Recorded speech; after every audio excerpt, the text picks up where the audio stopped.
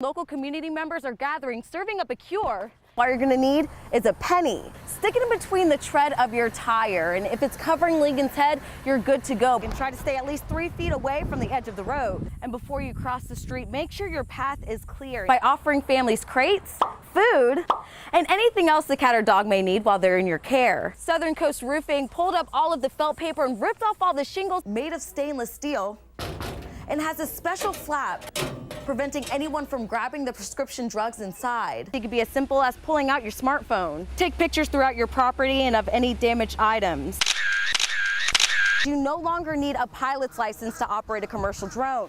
All you have to do is pass an aeronautical knowledge exam. But I want to show you something real quick, because overnight, one of these power lines actually fell down, burned one of the poles, and you could see the burn lines on the grass. Before the season, a lot of people looking forward to seeing some of the rookies. The vets here say that Jackson's going to be available for adoption in about a month. The number one question we get on our tours is, when's the bourbon ready? When's the bourbon ready? When's the bourbon ready? Well, today's the day for bourbon.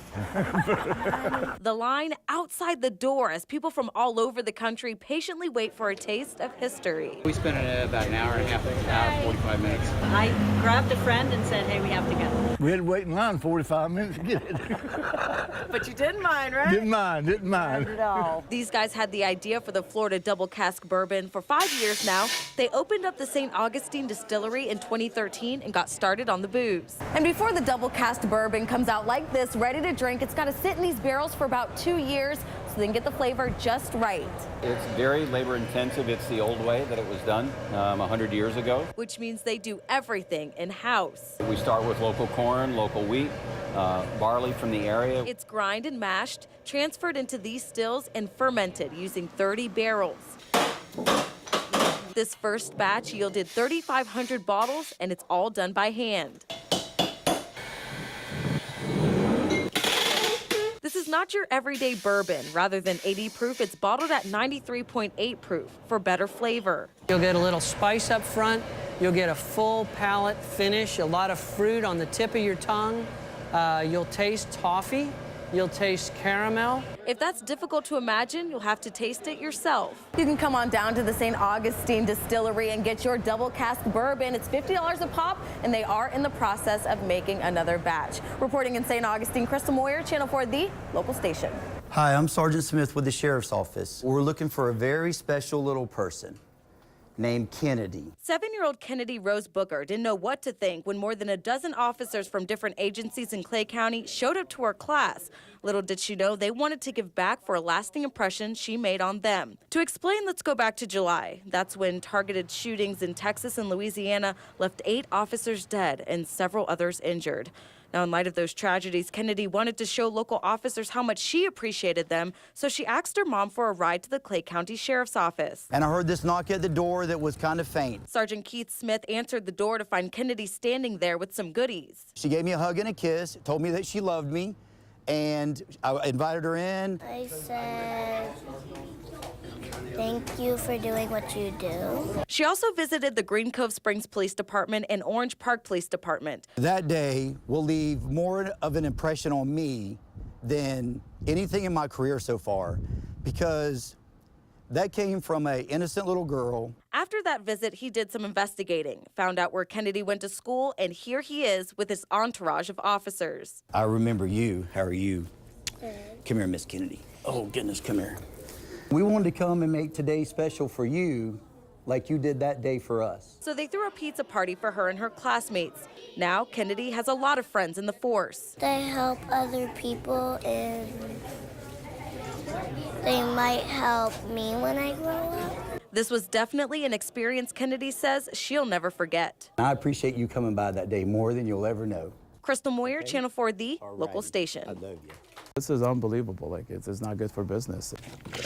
It's back to work restocking the shelves of Beauty Supply USA in Arlington. It's known for selling virgin hair bundles and extensions, pretty much anything from curly to straight, red, or even blue hair. Business was good until The police officer called me at 6 a.m. told me that somebody broke in again. You heard right, again. This store was broken into twice in 2 weeks, and it was all caught on camera. Surveillance video shows the men shattering the glass door and grabbing merchandise during the first break-in. They just replaced the door with shatterproof material. This kind now, it's very strong. Like, it's hard to anybody to break it easy. A week later in this video, you could see the men try to break through the door, but when their attempts fail, they break through the glass window. See, like, he still keep going, stealing the other guy, too. The owners believe it's the same thieves from the first encounter because they're dressed alike and carry oversized trash bins. It's a lot of glass was right here. The men knew exactly what they were looking for, heading straight to the most expensive hair extensions behind the counter and stuffing them into trash bins, even the bins that the store owned. Hair extension industry is like a really huge industry right now, so they know what they're getting. There's something to be sold easily in the streets without getting cut as easy. The owners say the stolen extensions and clippers in both burglaries has this shop more than $80,000 in the hole. But business is open as usual. Everybody is like coming here, everybody's sorry, everybody is off that something happens in a neighborhood, in a community. So it's that's something kind of like warms our heart that we see like everybody cares. And now this contractor is back, replacing yet another glass panel. We're probably going to change the whole thing with unbreakable ones. These business owners say they've been a part of the community for 16 years and never had a problem like this until just recently. It's frustration. It's too much frustration. They just want the men splitting hairs caught. If you know anything about these break-ins, the owners want you to call JSO or Crime Stoppers. That number, 866-845-TIPS. They're also offering a $2,000 reward for anyone with information leading to an arrest. In Arlington, Crystal Moyer, Channel 4, the local station. You may have noticed a lot of frogs like this one popping up all around town. They're actually made of concrete, pretty heavy, and they're painted, and I found out it's all for a good cause. If you live or drive around Mandarin, you've probably seen these. Frogs all around, sometimes in the trees, in the street, making a path. It has many people wondering what these frogs are doing here. Well, I found the mysterious frog man who's been making his mark all over Mandarin. I'm a thief in reverse. I'll leave something. Frogman doesn't want to be identified, but I can tell you his family has been a part of Mandarin since the 1700s. There were mayors, there were justices of the city. He made his first frog as a project in 1987. It wasn't until last year when he decided to share his hobby with the community. There was so much stuff going on bad last year and year before that I just said people needed a smile. But the frogs quickly disappeared from the parks, city officials saying they were historically inappropriate for the park. I thought I'd be in jail by now if you don't know the honest God truth for vandalism. That only motivated him to create more. Some blend in, while others stand out. No two are alike. All I want people to do is just look at them and enjoy them. But now they're taking on another purpose. The profits from each frog goes to benefit the Mandarin Museum and Historical Society. More than $4,000 donated so far this year. It's overwhelming.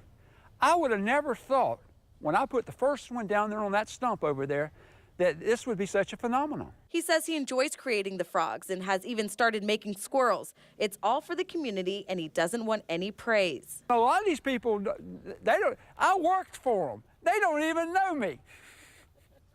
They know me as the frog man, my alter ego. They may not know who this frog man is, but his neighbors support his hobby and what it stands for. We love them, and I think it's a wonderful story. Let me tell you, there's so many different kinds of these frogs and squirrels. You can get your own, painted or unpainted, at the Mandarin Museum from 9 to 4 tomorrow. And while you're there, go ahead and tour the museum. There's a lot you can look at. Admission is free, and who knows, you may run into the frog man. These guys were out bright and early. We're ready to go. Since Tuesday night, crews with the Clay County Public Works Department made their way through Fleming Island, cleaning what many could only describe as a mess. Our main objective is to clear the roadways and make it safe for the public and the citizens of Clay County. Many people in this area woke up to find trees uprooted, debris in the streets, and damage to their homes. It was very quick and it was very violent all of a sudden. Gloria Love says she had an eventful night. I saw this huge tree coming down and it landed on our garage, leaving this gaping hole in the garage crushed. She's just one of more than a dozen neighbors who reported tree damage. But Love did the right thing, calling a tree company right away. If your home or property is damaged by passing storms, insurance companies say it's important to document it. It doesn't have to be anything fancy. It could be as simple as pulling out your smartphone. Take pictures throughout your property and of any damaged items. Then contact your insurance agent as soon as possible. Many companies only allow a short time to make a claim, and they also say if any of your power lines are obstructed by debris or trees, you might want to turn your power off until an electrician can check it out. Some people in this area say they understand the risks of living by so many large trees. Others are taking this time to get their branches trimmed to avoid problems the next time a storm sweeps through. It's a mess all over, but it could have been worse, and we're grateful that it wasn't any worse. Crystal Moyer, Channel 4, the local station. After receiving messages and pictures from upset viewers, I went to the Orange Park Mall to see what the fuss was about at this store, Route 21. These signs were stopping shoppers in their tracks. I wouldn't put that up there. What's wrong with it? For kids that can read that come by and say, It's a play on characters. Instead of S's, there's dollar signs, describing one bad sale at a young adult clothing store. Does it bother you any?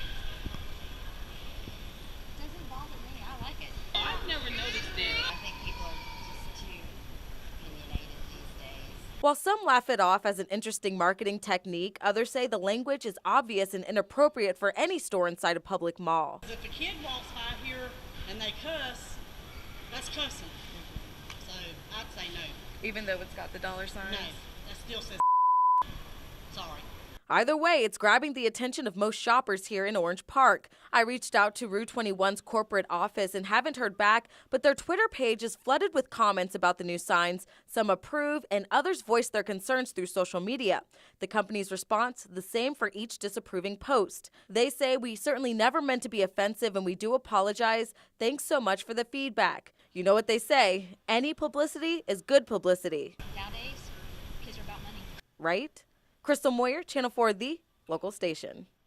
Because of his striking good looks and his physique and his swashbuckling style of golf, that every woman wants to be near him and every man wants to be him. World Golf Hall of Fame historian Dr. Tony Parker says it was Arnold Palmer's ever-present smile and his connection to fans that made him an icon. And he would spend hours with his fans after a round of golf, just signing autographs, spending time with them. He draws you in with his eye. He looks at you and he talks to you, and you feel like you're the only person in the world. Palmer burst onto the scene as a professional in 1954 and would soon become one of the world's best golfers. Winning more than 150 tournaments, he would earn the title of the King. He had an unorthodox swing, finished at the top with a little swirl, but his massive power. In 1974, he would be an inaugural member inducted into the World Golf Hall of Fame in St. Augustine. The museum still holds many items he used throughout his career, including the small ball he used to win the Open Championship in Royal Birkdale in 1961. You can see, compared to the regulation U.S. ball, it's about 0.06 inches smaller. They've also displayed his club and glove he used in that tournament. The World Golf Village became his second home. He and Jack Nicklaus designed the King and Bear course on its campus. Palmer would frequent the course and served on the World Golf Hall of Fame selection committee. Arnold Palmer can walk on the grounds and everybody knows he's here. The King has arrived. He was also a trailblazer for television golf and would later become the founder of the Golf Channel. On top of that, he gave back, raising money to renovate a pediatric hospital named after him in Orlando. Very humble, very appreciative. He was the greatest ambassador for the game of golf in the world. There'll never be another like him. Crystal Moyer, Channel 4, the local station.